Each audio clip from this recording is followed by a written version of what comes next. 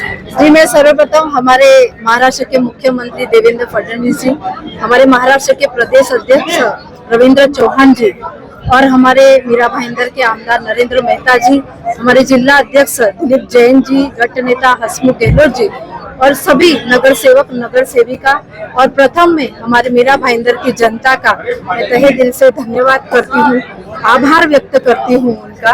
मैं महाराष्ट्र की बेटी हूँ, मेरे माँ बाप का जन्म भी यही महाराष्ट्र में हुआ है, मेरा जन्म महाराष्ट्र में हुआ है, इवन मेरे दादाजी का जन्म भी इस महाराष्ट्र में हुआ है। तो आप उनसे पूछिए सवाल कि मैं कैसे नॉन महाराष्ट्रन हो सकती हूँ। मेरा जन्म महाराष्ट्र में हुआ है, मैं इसी महाराष्ट्र में मेरा जन्म है। मैं यहाँ मीरा भाईंदर में यहाँ पे कितने सालों से नगर सेविका हूँ, 2012 से। और दूसरी बार जो इस महापौर पद पे इस मीरा भाईंदर की जनता ने मुझे इतना स्वागत किया है, हमारे भारतीय जनता पार्टी का स्वागत किया है, तो उनपे जो उन्होंने जो विश्वास दिखाया है, जो मीरा भाईंदर की जनता ने विश्वास दिखाया है, वो विश्वास पे हम काम करके दिखाएंगे, विकास के कार्य करके दिखाने पे मैं बिलीव करती हूँ। मेरे साथ मेरे इतने नगर सेवक है, नगर सेविका है और सबसे बड़ा हमारी जनता है, जो मीरा भाईंदर की जनता है, वो मेरे साथ है।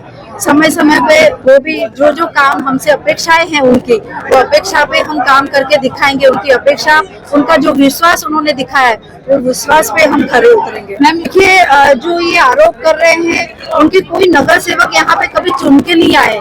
यहाँ पे मीरा भाईंदर का जो कारभार है, ये महासभा का जो कारभार है, वो हमेशा मराठी से चला है, वो आप लोग भी जानते हो काफी पति। और यहाँ पे जो भी काम है सब मराठी में ही चलता है। मैंने महापौर होने के नाते यहाँ पे सब मराठी बोल के सब यहाँ महासभा चलाई है। और उनके कभी नगर सेवक या कोई कभी मेरे सामने काम लेके आए नहीं है कि उनको कुछ पता हो कि मैं मराठी में बात कर रही हूँ, या महासभा में कभी कोई ऐसा विषय उनकी तरफ से कोई ऐसा विषय नहीं आया।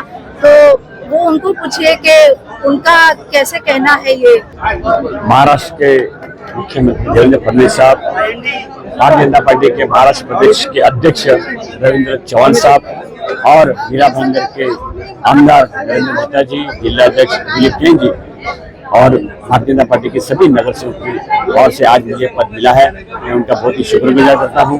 और इस मीरा भाईंदर की जनता ने भी मुझे भर भर के प्रेम किया है, आशीर्वाद दिया है, वोट दिए, उनका भी मैं शुक्रिया अदा करता हूँ कि आज इन्हीं की वजह से आज मैं इस पोस्ट पे आया हूँ।